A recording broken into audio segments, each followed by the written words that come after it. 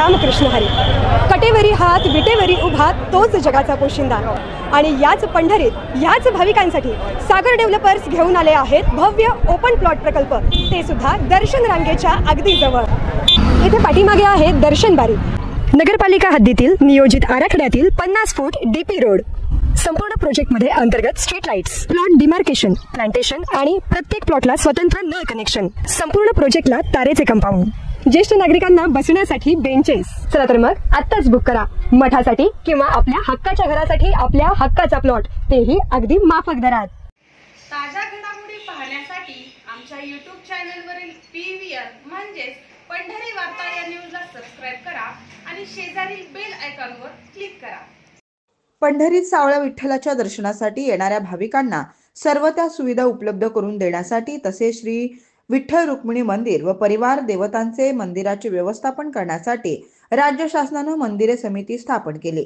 विद्यमान मंदिरे समितीचा कार्यकाळ संपून 7 वर्ष लोटली असून 2018 मध्ये तत्कालीन मुख्यमंत्री देवेंद्र फडणवीस यांच्या कार्यकाळात स्थापन झालेली ही मंदिर समिती पुढे राज्यात 3 वेळा सत्तांतर झाले तरीही कायम असल्याचं दिसून येत आहे.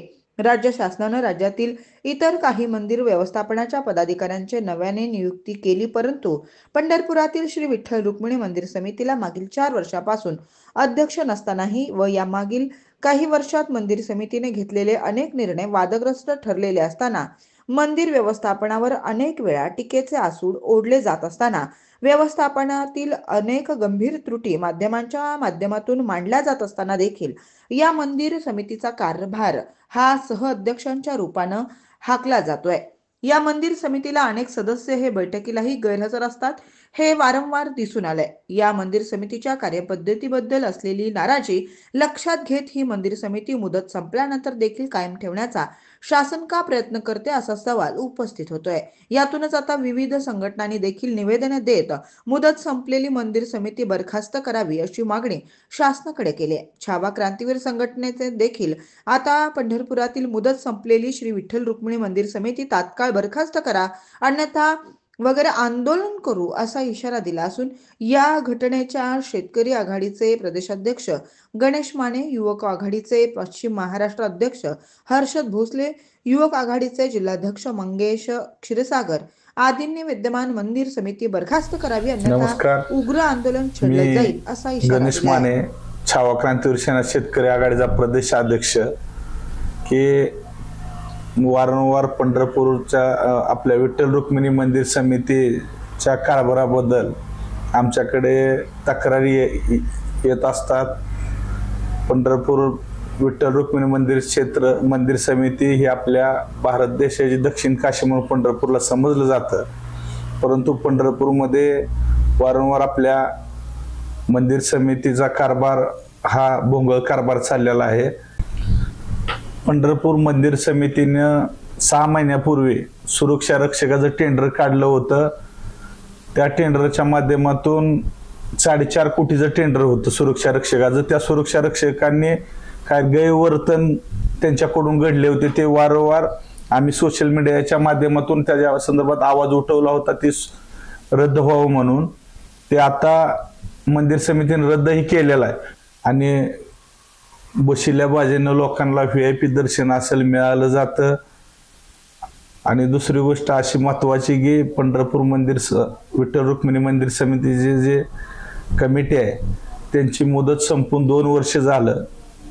तीच बॉडी आहे. पंढरपूर विठ्ठल रुक्मिणी मंदिर समितीला अध्यक्ष नाही, सहअध्यक्ष हे पद 2 वर्षापासून ते स्वतः बघतात, अध्यक्ष पद नाहीत. ह्यांची मुदत संपून गेलेली आहे. मीटिंगला कुठले सदस्य उपस्थित राहत नाहीत, परंतु ह्यांच्या मार्गदर्शनाखाली टेंडर काढले जातात. मंदिर समितीचं काही काम असतील केले जाते.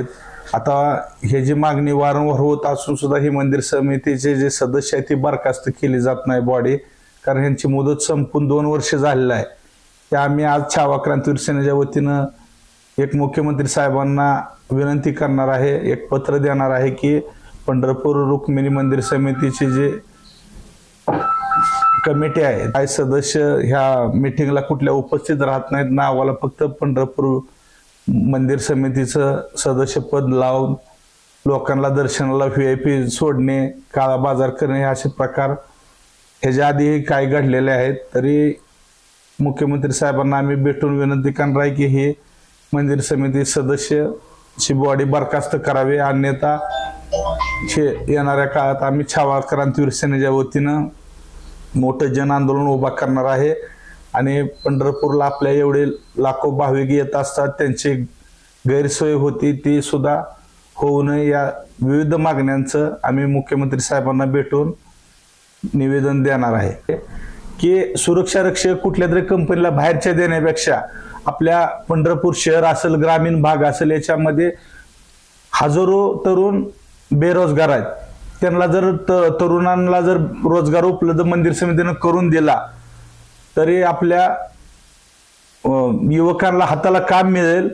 आणि दुसरी गोष्ट अशी, पंढरपूरला आपल्या नदीच्या ठिकाणी वाळवंट भाग आहे, त्या ठिकाणी लाखो रुपयाचं टेंडर काढलं जातं आणि तिथं अक्षरशः एवढं घाणीचं साम्राज्य आहे, तात्पुरतं स्वच्छता केली जाते आणि आम्ही तिथं वाळवंटामध्ये जातो, काय कार्यक्रम हे 10व्याचा असेल त्या ठिकाणी बघतो, एवढं घाणीचं मोठं साम्राज्य आहे। त्याच्यावरती मंदिर समितीचं निवेदन आहे, एवढा मोठा भाविकाच्या माध्यमातून 50 ते 60 कोटी रुपये वर्षाला मंदिर समितीला उत्पन्न होतं, त्याची काय सुविधा करताना मंदिर समिती दिसून येत नाही। ही लोकांची भाविकांमधून नाराजी आहे, तरी मंदिर समितीनं ह्याच्यामध्ये लक्ष घालून सुधारणा करणं गरजेचं आहे।